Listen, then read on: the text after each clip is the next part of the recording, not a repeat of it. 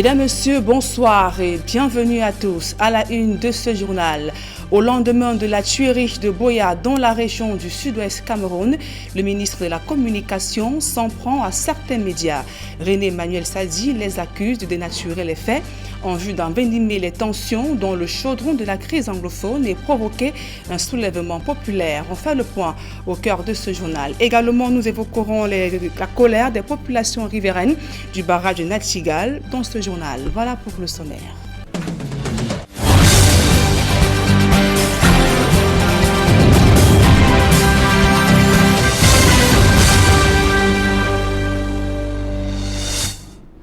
Mesdames, Messieurs, une fois encore, bonsoir et merci d'honorer ce rendez-vous de l'information sur Equinox Télévision. Les populations riveraines du barrage de Nachtigal sont aux abois. Elles accusent la direction de ce projet d'avoir floué, notamment les promesses, entre autres griefs, et dénoncent la pollution de l'environnement. La direction affirme avoir tenu tous ses engagements. D'autres précisions dans ce reportage de Rodrigue Ngassi et de Marcelin Gansop. C'est moi qui crée ce tour, c'est pas le barrage. Montée d'adrénaline entre les riverains du barrage de Nachtigal et les militaires commis à la sécurisation du site des travaux. Les riverains que nous sommes, nous n'avions plus accès même à nos plantations parce que les militaires sont là. Je n'accuse pas les militaires, ils ne font que leur travail. C'est NHPC que j'accuse. Pour barrer la route, ils doivent nous donner un autre accès. Ce qui n'a pas été fait. Aujourd'hui, pour qu'on accède à nos carrières, il faut passer par des demandes, par des supplications. Loin d'être anodine, cette scène illustre la tension qui couvre depuis le lancement effectif des travaux de construction de cette infrastructure. Pêcheurs, sableurs et autres agriculteurs sont aux abois. Ils dénoncent pêle-mêle le non-respect des engagements pris par la direction du projet. Vous vous imaginez 7 ans de vie que nous attendons. Nous sommes nourris d'espoir. Et que nous traversons une vie difficile, on menait une activité rien que de la pêche. Les eaux sont polies, les arbres qu'on a repoussés, la terre, les poissons, nos filets, les pirogues cassés. À l'heure actuelle où je vous parle, ma femme s'est décédée comme marieuse, je n'ai rien bénéficié, j'attends, je suis malvoyant, je ne fais rien. Jusqu'à ce jour, l'homme pêcheur n'a rien vu comme un radis. Nous sommes nombreux, je crois que nous sommes au nombre de 300. À 400 pêcheurs et marieuses confondus. Les vulnérables qu'on a jonglé là, c'est un petit nombre de 20 personnes. Qu'on donne quel projet qu'on dit que vous pouvez faire quel projet avec une somme de 300 000. Ceux qui vivaient essentiellement de la pêche et des activités connexes passent désormais leur journée à se tourner le pouce, maudissant le jour où le choix a été porté sur leur localité pour la construction de ce barrage. Nous sommes mariés, ça veut dire que nos maris, lorsqu'ils partent dans l'eau, ils finissent de pêcher. Nous recevons ce poisson, nous le fumons, nous commençons à vendre soit à Bachenga et à Yaoundé, un peu partout, même à Obala. Soit nous faisons le ndomba. Alors, à présent, nous n'avons plus rien à gagner. Nous sommes en larmes. Nous sommes agressés même par nos enfants, que nous sommes incapables de les envoyer à l'école. Incapables de les envoyer à l'hôpital lorsqu'ils sont malades. Nos filles deviennent prostituées de première classe. La criminalité augmente d'intensité dans ce village. Contactée par nos soins, la direction générale de la NHPC indique que plusieurs réalisations ont été effectuées au profit des victimes d'expropriation pour cause d'utilité publique. Elle évoque notamment le paiement des indemnisations, le recrutement des jeunes des villages avoisinants, puis la réalisation des œuvres sociales. Ce que les populations rejettent en bloc, estimant avoir été floué. Est-ce que le barrage est venu nous appauvrir? Or, il a été dit lors des recensements que NHPC devait payer nos infrastructures à 5 000 francs le mètre carré. Jusqu'à présent, ça n'a pas été fait. C'est 10 millions qu'on doit remettre à tout un chacun, comme à Lompanga. Parce qu'à Lompanga, on a construit à tous les pêcheurs les maisons avec les clés à la main. Et maintenant, on les a encore remis cet argent. Mais nous, on n'a rien reçu jusqu'à aujourd'hui. Cette situation préoccupe les organisations de la société civile pour qui la construction du barrage de Nachtigal a généré de nombreux impacts sociaux et environnementaux. Ici, à l'école socio-professionnelle que sont les pêcheurs, les sableurs et les marieuses, L'ensemble de ces corps socio-professionnels et les communautés décrivent, n'est-ce pas, la perte de leurs activités de subsistance et l'agriculture aussi, qui n'est plus très florissante dans la zone due au fait des changements climatiques. Et les PFNL qui récoltent même dans le champ, elles ne peuvent plus les récolter. Ils sont tous détruits à travers la déforestation due à l'implantation du barrage. Aussi, elles n'ont même plus accès à l'eau, ce qui cause même la pharmacopée naturelle qu'elles se soignaient avec, elles n'en ont plus accès, ce qui fait que les maladies naissent dans la zone, ils ne peuvent plus se soigner à cause de cela. Malheureusement, les requêtes adressées aux responsables du projet ainsi qu'aux autorités administratives sont restées lettres mortes jusqu'ici, aux grandes dames des communautés qui crient à l'injustice. Je suis aveugle de mon état. En tant que chef, je ne veux pas que le liquide déborde le vase. Et je ne suis pas un chef qui doit vendre son pays ou bien son village. Je voudrais le projet que ça aille. Mais il faut que nous bénéficions de la vérité, que nous sommes les riverains.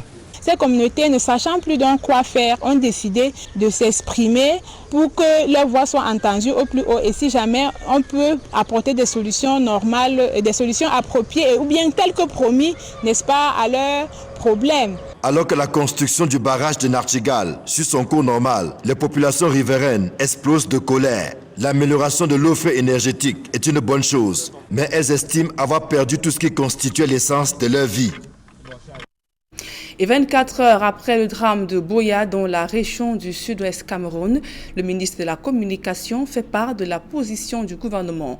Dans un communiqué rendu public ce jour, René Emmanuel Sadi, faisant allusion aux déclarations du ministre de la Défense, qui a donc regretté ces incidents malheureux, le ministre de la Communication dénonce une amplification des images choquantes relayées sur la toile. Il s'agit selon lui d'un sujet d'une extrême gravité qui vient envenimer la situation actuelle dans le chaudron de la crise anglophone. René Emmanuel Sadi s'en prend également à certains médias qui l'accusent de travestir les faits. Pour lui, ces médias ont choisi délibérément de jeter de l'huile sur le feu dans le but de provoquer un soulèvement populaire. René Emmanuel Sadi conclut son propos en interpellant la responsabilité des médias, surtout en temps de crise au Cameroun. À l'ouest Cameroun, un scandale défraie la chronique dans la ville de Bafoussam. Des images choquantes d'une adolescente enchaînée sur un bananeraie et laissée à la merci des intempéries. Cette scène de maltraitance révèle donc l'horreur vécue par un enfant abandonné par ses parents. Leclerc Sakem, reportage. Enchaîné sous ce bananier comme un animal domestique dont son maître a peur qu'il s'évade, Ganelili, 17 ans, subit au quotidien les caprices de Dame Nature, sous la pluie comme sous le soleil. Abandonné quelques années après sa venue au monde par ses parents, dont le père serait un inspecteur de police à Yaoundé. Lily, déjà petite, subissait un rythme de vie loin du commun auprès de son géniteur. L'enfant a fait 8 ans. J'ai rêvé un jour comment l'enfant me dit que oh, maman Chantal, tu me laisses mourir. Pourquoi? La façon que tu as souffert sur moi. J'ai appelé ma petite soeur à Douala, elle est veuve, elle a perdu son mari. J'ai dit que depuis, tu es même parti regarder Lily. Elle dit que non. Depuis comme j'ai perdu mon mari et j'ai fait les beignets là, j'ai dit que j'ai rêvé. Lily a dit qu'on l'a abandonné, que va regarder l'enfant. On est parti prendre l'enfant. On vient à Bafoussam me donner l'enfant. C'est comme ça que l'enfant était en train de chier. Les caca sortaient, l'enfant ne comprenait pas. L'enfant était comme les Éthiopiens. La situation sanitaire de l'enfant inquiète l'entourage. Des examens médicaux déclarent alors la petite séropositive. Avec l'accompagnement d'une ONG, l'enfant réussira à réintégrer les salles de classe pour ses études. On est parti à la police de la police. On a porté plainte sur un Ghanais, le père de l'enfant. Que l'enfant est devenu comment comme ça? Je pars à l'hôpital régional avec l'enfant. J'arrive à l'hôpital régional. C'est tout l'hôpital qui sort. On dit que voilà une jeune femme qui prend l'enfant, qui regarde, qui ne connaît pas entretenir l'enfant. C'est comme ça qu'on fait les examens. Après, on voit que l'enfant était zéro positif. C'est comme ça que je m'évanouis à l'hôpital. Maintenant là, elle n'avait pas l'acte. Je voulais aller même dans... Je partais n'importe où, on demandait là. Et elle a même commencé l'école. Son absence régulière suscite la curiosité au sein de son établissement scolaire et dans le voisinage. La réalité est que l'adolescente est enchaînée par sa tutrice. Des voisins en train d'enchaîner un enfant sous le bananier en longueur de journée. Elle passe ses nuits et ses journées là-bas, elle fait les selles, elle fait tout sous elle là-bas. Il y a de cela un temps, les gens de droits de l'homme ont constaté cette histoire, ils sont venus occuper cette fille, ils l'ont amenée à l'hôpital où on l'a soignée, elle était bien traitée, elle est revenue en forme et en santé, tout le monde était content de lui voir. Jusqu'à ce qu'elle a commencé à fréquenter. Depuis un certain temps, on a constaté qu'on ne revoyait plus l'enfant à l'école nulle part. On a essayé de regarder, on a constaté que son oncle qui est un avocat ici à Bafoussam et son père géniteur et aussi un inspecteur de police qui est encore en fonction à Yaoundé. Ils ont abandonné cet enfant dans cette condition-là. Le procureur a été informé, qui est venu avec les droits de l'homme et prendre madame le commandant de la brigade de recherche de Macambou avec toute son équipe. Ils sont arrivés là-bas pour sauver cet enfant. Face aux récriminations portées contre elle, la tutrice de cette dernière évoque des fugues de Lily qui l'ont finalement contraint à prendre des mesures pour mieux la contrôler. Le plus inquiétant est l'état précaire de l'adolescente qui aurait été violée, ce qui a contribué à dégrader son état de santé déjà précaire. Elle est partie une fois, on l'a cherché. J'ai fait un mois, j'ai mis la vie de recherche partout. J'arrive à Badjoun arrondissement, on me dit qu'il y a un gars qui était ici. Il a porté l'enfant. J'arrive maintenant, on la voit loin à Badjoun. J'ai dit que tu es où depuis? Elle était comme une folle. Si je soulève ces faits, je vois qu'on l'a violée. J'ai vu que vraiment, au lieu d'aller violer, je fais son traitement où on part augmenter, où on gâte ses mains. Dites que quand on n'est pas là, on l'enferme. Mais quand on l'enferme, on remet. On vient la chercher. Elle a été conduite dans une formation hospitalière de la ville de Bafoussam. Pour l'heure, la mise en cause est gardée à vue à la brigade de Macambo. Après plus de 20 ans d'existence au Cameroun, Orange se veut être plus qu'un opérateur, un acteur majeur dans le développement socio-économique du Cameroun, un partenaire clé de la transformation numérique, un acteur de choix dans le développement de l'écosystème numérique au Cameroun. C'est ainsi que plusieurs initiatives sont mises sur pied pour concrétiser ces ambitions, parmi lesquelles Orange Digital Center Cameroun.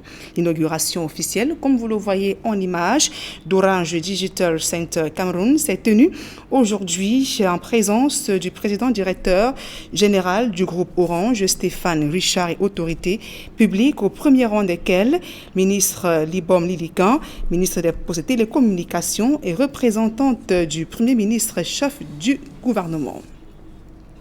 Et ce soir, sur ce plateau, nous sommes en présence du Emmanuel Etia, directeur d'Orange Digital Center Cameroun, pour en savoir davantage sur ce concept innovant et de l'inclusion numérique. Bonsoir, monsieur Emmanuel Etia. Bonsoir. Alors, d'entrée de jeu, pouvez-vous donc nous expliquer c'est quoi Orange Digital Center et pourquoi donc avoir choisi de le créer? Tout d'abord, merci de nous donner l'opportunité de pouvoir parler d'Orange Digital Center ce soir. Alors, qu'est-ce que c'est Orange Digital Center? C'est tout simplement un écosystème qui permet le développement de compétences et de savoir-faire numériques et donc ouvre la voie à nos jeunes vers des emplois à haute valeur ou la création d'activités. Tout simplement. Alors, pour mieux comprendre ce concept, quelles sont les missions et les enjeux d'Orange Digital Center? Les missions, c'est former. Oui. Former, pourquoi former? Parce que on est en plein dans le nouveau monde, dans le monde du numérique aujourd'hui. Oui. Quand on ne comprend pas comment fonctionne ce monde, on est un tout petit peu laissé de côté.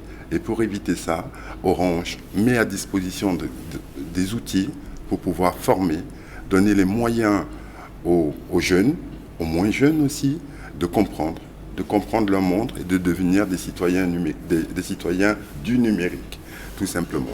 Donc former, mais aussi accompagner les jeunes structures, donc pour la création d'activités. Nous pensons qu'il y a aujourd'hui une créativité énorme chez nos jeunes. Quand on a la possibilité de les côtoyer au quotidien, on peut se rendre compte combien ils sont créatifs. Donc on met à leur disposition des moyens pour pouvoir développer des activités. Donc on les accompagne. Alors ça peut être un accompagnement en mettant à disposition de l'expertise technique.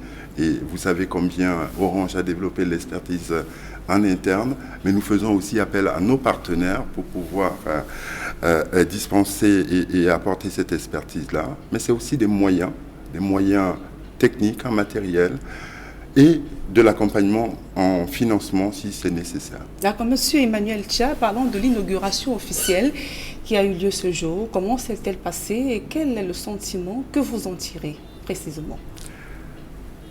Déjà, je dirais magnifique cérémonie parce qu'elle a été rehaussée par la présence des plus hautes autorités publiques du Cameroun, mais aussi les autorités consulaires de France et d'Allemagne. L'Allemagne qui est notre partenaire dans le programme Orange Digital Center. Et le sentiment plutôt heureux d'avoir pu partager avec ces autorités, avec nos partenaires, ce que nous faisons, ce que nous arrivons à faire avec les jeunes. Heureux d'avoir permis aux jeunes de pouvoir montrer ce dont ils sont capables. Et je dois avouer que j'en suis encore ému aujourd'hui. Je voudrais profiter justement de cette occasion. C'est un travail énorme, c'est un travail de préparation énorme. Je voudrais profiter ici pour remercier tout le personnel d'Orange qui a participé à cette opération. Merci. Alors, Orange Digital Center a été inauguré ce jour, mais vous travaillez depuis plus d'1 an déjà sur le terrain. Alors, quelles sont vos principales réalisations à ce jour? Alors, les réalisations, c'est vrai que la crise sanitaire nous a privés d'inauguration officielle il y a quelques mois. Oui. Néanmoins, on a quand même démarré les activités côté Orange Digital Center et on peut dire à date que nous avons formé environ 1800 personnes qui ont bénéficié des parcours d'apprentissage au sein d'Orange Digital Center. Nous avons, alors ce qui est important aussi, c'est 40% de femmes, parce que là aussi c'est un point sur lequel Orange tient, accompagner les gens à développer leurs compétences numériques, mais en incluant les femmes. D'accord. Oui. Ça, c'est très, très important pour nous. Aujourd'hui, on arrive à une performance de 40% de femmes dans les personnes qui bénéficient de l'offre de services Orange Digital Center. Alors, on peut également citer une quinzaine de jeunes structures, ce qu'on appelle couramment start-up, oui, qui ont été accompagnées, alors soit techniquement ou financièrement, comme une jeune start-up, je citerai Waspito, qui opère plutôt dans le domaine de l'e-santé, donc qui permet de mettre en relation avec des experts du domaine de la santé, qui a bénéficié récemment d'un financement d'Orange Venture, qui est une des composantes d'Orange Digital Center que nous avons déployé. Alors là, c'est le factuel. Alors pour le futur, quelles sont les ambitions et du moins les projets d'Orange Digital Center Cameroun? Alors les ambitions, elles sont grandes. Déjà, nous avons ouvert le centre de Douala, donc le centre qui est en plein aqua. Nous sommes déterminés à faire profiter au plus grand nombre ces services. Oui. Donc nous allons dans un premier temps essayer de déployer largement la structure Orange Digital Center dans les régions, en nous appuyant notamment sur les conventions que nous avons aujourd'hui avec les principales universités du Cameroun. Donc on va installer un centre, donc ce que nous on appelle un club, un Orange Digital Center Club, mais qui permettra de pouvoir dispenser à peu près le même type de formation. Donc nous allons installer un à Tian, un à Bouya, à Yaoundé également, ensuite côté Ngaoundéré. Alors pour finir, donc à la suite de l'inauguration de ce jour, avez-vous un message particulier adressé à l'ensemble des Camerounais, aux téléspectateurs qui vous suivent ce soir? Alors avant d'adresser un message, je voudrais rapidement souligner une autre ambition que nous avons, au-delà de l'extension du périmètre d'activité, c'est développer des partenariats. Ça, c'est très, très important. Nous avons aujourd'hui développé des partenariats avec des acteurs clés du secteur, comme Google ou encore Amazon, qui mettent à notre disposition les moyens pour pouvoir former nos jeunes. Nous espérons pouvoir développer ce type de partenariat avec d'autres acteurs de manière à faire bénéficier plus largement aux Camerounais de toute l'expertise disponible.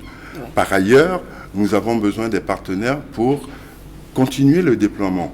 Aujourd'hui, nous sommes accompagnés par la coopération allemande à travers le GIZ, donc qui est l'agence de développement économique à l'international pour l'Allemagne, mais nous comptons approcher et travailler avec d'autres partenaires de manière à ce que nous renforcions et amplifions l'effort qui a été initié. Oui. Alors, en termes de message, pour finir, en termes de message, je dirais, nous sommes dans l'ère du numérique aujourd'hui. On peut aimer ou ne pas aimer, je pense que la question n'est plus là. Il faut simplement se donner les moyens de pouvoir y être bien, de comprendre ce monde, de pouvoir s'épanouir dans ce monde. Orange, dans son engagement pour l'égalité et l'inclusion numérique, met à disposition des outils comme Orange Digital Center, aux jeunes Camerounais d'en profiter, de l'utiliser, de se l'approprier et de pouvoir se développer. Merci, Monsieur Emmanuel Itia, directeur d'Orange Digital Center Cameroun. Merci d'être venu ce soir.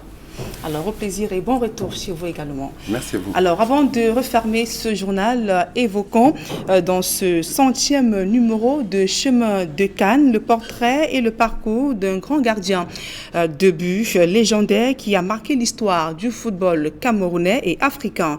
Avec son rival Thomas Nkono, donc ils avaient fermé la porte des gardiens de l'équipe nationale durant 20 années. Dans sa force de caractère et son franc-parler, l'ont fait de lui donc un mal-aimé. Jean-Paul Chounia dresse dans ce reportage le portrait de Joseph-Antoine Bell. Ce programme vous est offert par Kadibir. Notre patrimoine, c'est vous. Pallone di Entamac per il portiere Bell, Antoine Joseph Bell, portiere del Marsiglia. Arrivé chez les Lions Indomptables en 1974, Joseph-Antoine Bell constitue la toute première lignée de grands gardiens de but camerounais qui a marqué l'histoire de la sélection nationale jusqu'à sa retraite en 1994. Le footballeur au sourire légendaire a formé avec Thomas Nkono la paire indéboulonnable dans la cage de but, faisant ombrage aux plus jeunes sans le vouloir, comme l'avait prédit en son temps un joueur du Tonnerre de Yaoundé, Eboué Jean-Daniel, alias 4 mi-temps, pour sa capacité à pouvoir livrer 2 matchs successifs sans repos conséquent. Avant qu'on ne me sélectionne à l'équipe nationale, le public m'avait sélectionné 1000 fois. Les autres joueurs m'avaient sélectionné 1000 fois. C'est-à-dire qu'on se demande, mais pourquoi on n'appelle pas ce gars? Pourquoi on n'appelle pas ce gars? Donc, résultat, lorsqu'on m'appelle, finalement, Jimmy Eboué va donc faire cette déclaration en disant, mais maintenant que tu es là, le poste de gardien de but est fermé pour 20 ans. Et il a eu pratiquement raison, oui. Homme de caractère, à très forte personnalité et aux grands exploits, la hiérarchie des gardiens de but n'existe pas durant son séjour à l'équipe nationale avec Thomas Nkono, les deux alternant leur convocation dans la tanière pendant les matchs et les compétitions.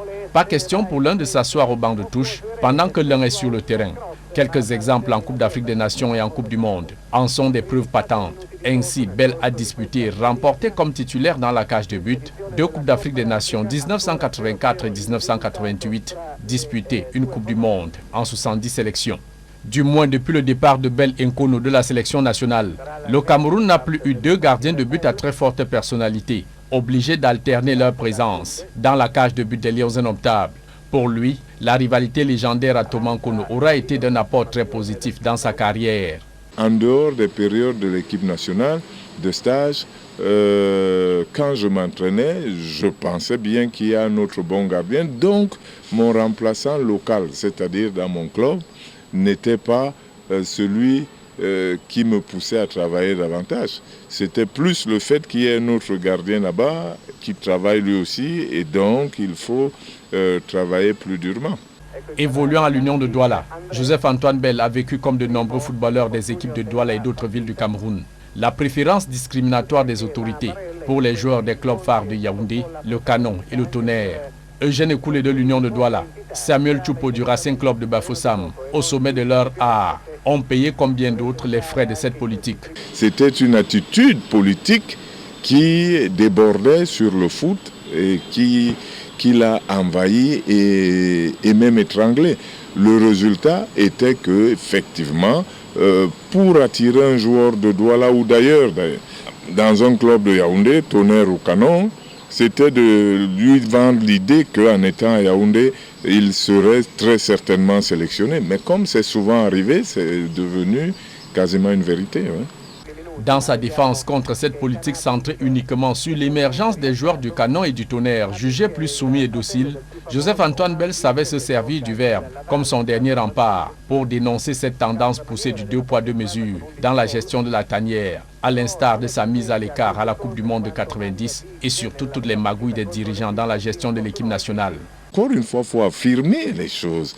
Il y a des gens à Yaoundé qui étaient moins contents lorsque l'équipe nationale gagnait avec Joseph-Antoine Bell. Ça ne les arrangeait pas. Ils sont là, s'ils sont honnêtes, ils pourraient le redire. En plus du fait que certains avaient l'éternelle motivation idéologique et qui consistait, il faut le dire, c'était dans leur tête, ils le disaient dans les salons, mais Bell, il a gagné la Coupe d'Afrique de 84, Coupe d'Afrique de 88, et il nous a même qualifiés pour cette Coupe du Monde. S'il va jouer la Coupe du Monde, il va dépasser Thomas Kono. Donc eux, ils étaient... C'est dommage, c'est dommage. Au lieu de laisser les joueurs simplement s'exprimer. Très redouté de nombreux dirigeants du football camerounais, sans épaisseur ni personnalité, il fallait bientôt manœuvrer pour le tenir à l'écart. Hélas, Bell avait su s'imposer et imposer sa vision du foot au Cameroun et à l'étranger, surtout aux petits blancs bourrés de préjugés sur les capacités des Noirs à assumer pleinement le rôle de gardien de but à l'époque. Le poste de gardien de but, on croyait bêtement qu'on pouvait y mettre n'importe qui, mais quand il fallait y mettre n'importe qui, on se ravisait, et surtout pas Noirs. On pense que les Noirs, oui, ils ont de la force, mais ils n'ont pas de l'intelligence, ils n'ont pas de la personnalité, ils n'ont pas... Donc ils ne peuvent pas commander, parce que gardien de but, il faut commander. Et puis, il faut une technique spécifique. Ils ne l'ont probablement pas, du simple fait qu'ils soient noirs. Le grand lion du Cameroun et d'Afrique dompte le championnat français et tous ses propos racistes, devenant surtout le tout premier capitaine noir de l'Olympique de Marseille, ridiculisant un tireur de pénalty coutumier des humiliations des gardiens de but. C'était Ali Logic qui les tirait très bien, mais qui les tirait avec beaucoup de finesse.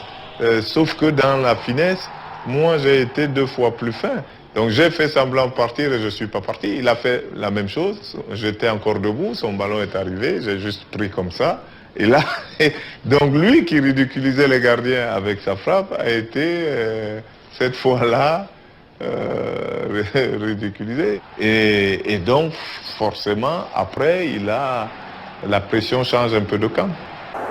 Ben voilà une belle occasion d'ouvrir le score pour les Girondins de Bordeaux à la 25e minute et c'est Uwe Reinders qui est chargé d'exécuter la sanction que l'on dit suprême. Voilà, c'est parti. Bon, et il arrête, Antoine Bell l'arrête. Vous avez vu, il est parti avec les mains derrière le dos, Antoine Bell, pour maintenir son équilibre. Le point de pénalty est finalement pas si loin. Donc si un joueur tire réellement en force du point du pénalty, vous pouvez ne pas avoir le temps de réaction suffisant pour aller sur le ballon. Et donc, même en le sachant, le ballon peut toujours passer parce qu'il est trop violent et qu'il arrive très vite. Donc, c'est ce qui m'a amené à adopter cette position pour ne pas le laisser à son tour deviner que je pense qu'il va tirer fort. Or, en mettant les mains sur le dos, en réalité, c'est que j'avais les poings serrés. Les poings serrés veut dire tous les muscles du bras bien tendus parce qu'il faudra aller très vite puisqu'il va tirer fort. Le ballon va arriver très vite. En club, Bell a évolué dans 3 pays africains, remportant comme acteur majeur et incontournable le championnat du Cameroun en 1976 et 1978, une Coupe d'Afrique des clubs champions en 1979 avec l'Union de Douala, doublé Coupe championnat en 1982 avec l'Africa Sport d'Abidjan, le triplé Coupe championnat et Coupe des clubs vainqueurs de coupe avec Arab Contractor d'Égypte en 1983 avant de rejoindre la France.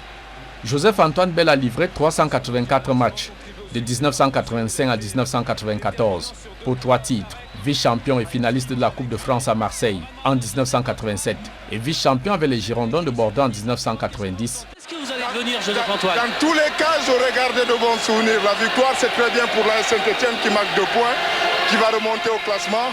Et mon avenir, je pense qu'il sera sur le terrain. Je crois que je vais devenir entraîneur. Au-delà de cette démêlée avec l'ancien président de l'Olympique de Marseille, Joseph-Antoine Bell garde de très bons souvenirs de feu Bernard Tapie durant son passage au club.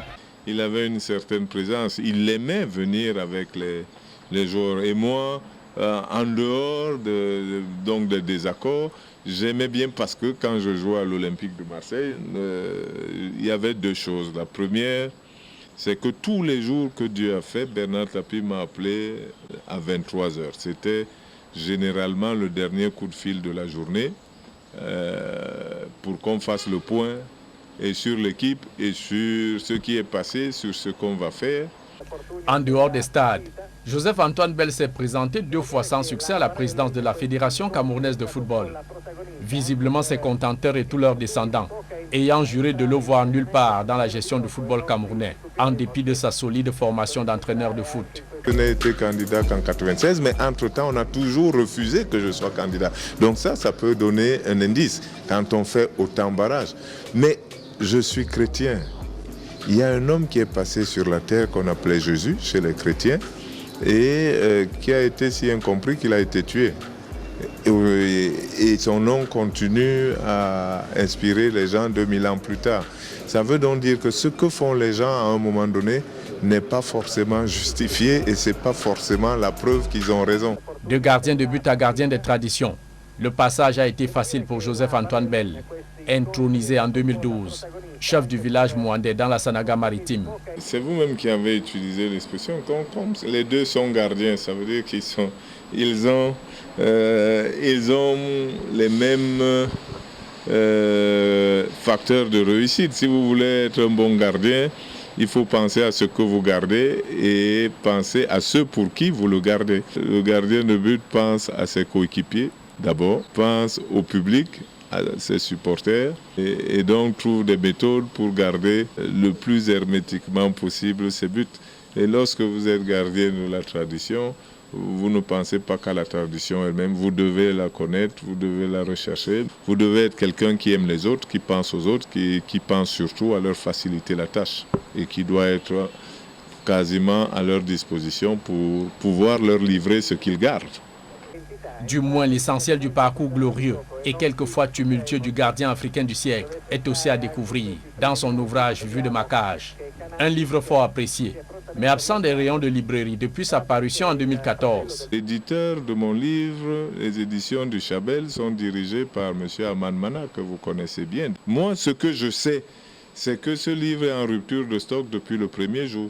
Depuis la première dédicace, le nombre de livres qu'il avait apporté était insuffisant par rapport à la demande. Et à chaque dédicace, il y en a eu 2 au Cameroun, l'autre à Yaoundé, c'était pareil. Moi, les informations que j'ai eues, c'était déjà que dès le lendemain, le livre se vendait plus cher que le prix officiel.